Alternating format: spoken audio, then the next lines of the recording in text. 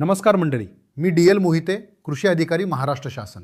पेरणीचा दिवस म्हणजे शेतकऱ्याच्या आयुष्यातला सगळ्यात धावपळीचा दिवस. बियाणं, खत, BBF मशीन, तणनाशक सगळं एकाच वेळी आणि ऐन वेळी एखादी गोष्ट घरात नसेल तो दिवस वाया. म्हणून आज आपण पाहणार आहोत कुठल्या गोष्टी आधीच विकत आणून ठेवायच्या.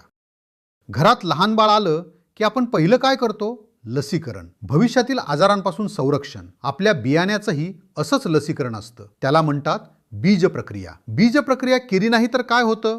बुरशी, किडी, पीक उगवायच्या आधीच नुकसान सुरू. बीज प्रक्रियेचा खर्च किती?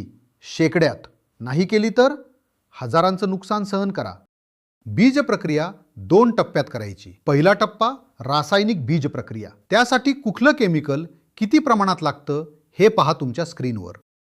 दुसरा टप्पा जैविक बीज प्रक्रिया. यामुळे नत्र, स्फुरद, पालाश पिकाला उपलब्ध होतात. त्यासाठी कुठलं जीवाणू कल्चर किती प्रमाणात लागतं हे पहा तुमच्या स्क्रीनवर. काळजी करू नका, आम्ही ही माहिती तुमच्या WhatsApp ग्रुपवर पाठवणारच आहोत.